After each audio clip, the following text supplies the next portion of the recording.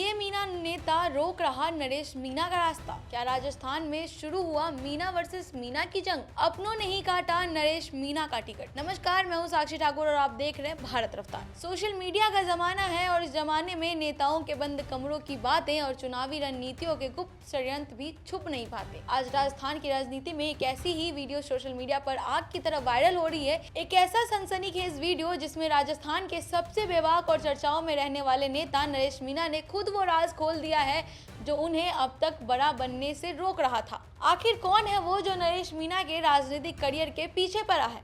कौन रच रहा है उनके खिलाफ षड्यंत्र? इस मुद्दे पर विस्तार से चर्चा करेंगे, लेकिन उससे पहले जरा नरेश मीना का वो वायरल बयान सुनिए जिसने राजस्थान कांग्रेस से लेकर सियासी गलियारों तक हड़कंप मचा दिया है। मेरे को जीआर खटोला जी ने फोन किया था कि पायलट साहब आपको चाहते हैं टिकट देना, पायलट साहब आपकी पैरवी कर रहे हैं, लेकिन नरेश एक बार इस हरीश से मिल ले, हरीश को मना ले। मैंने कहा भाई साहब मुझे तो सुना आपने, नरेश मीना ने सरेआम मंच से माइक पर साफ साफ कह दिया कि किस तरह पूर्व विधायक जीआर खटाना ने उनसे संपर्क किया था। यानी पायलट तो टिकट देना चाहते थे, पैरवी भी कर रहे थे, लेकिन हरीश मीना को मनाना जरूरी था। अब इस वीडियो के सामने आने के बाद जनता और सोशल मीडिया दो धड़ों में बट गई है। लोग अलग अलग तरह के सवाल उठा रहे हैं। कुछ लोग पूछ रहे हैं कि जब टिकट खुद पायलट बांट रहे थे तो हरीश मीना कौन होते हैं बीच में टांग अड़ाने वाले? वहीं कुछ आलोचकों का कहना है कि जब साल 2018 में पायलट के हाथ में पूरी कमान थी तब नरेश मीना को टिकट क्यों नहीं मिला?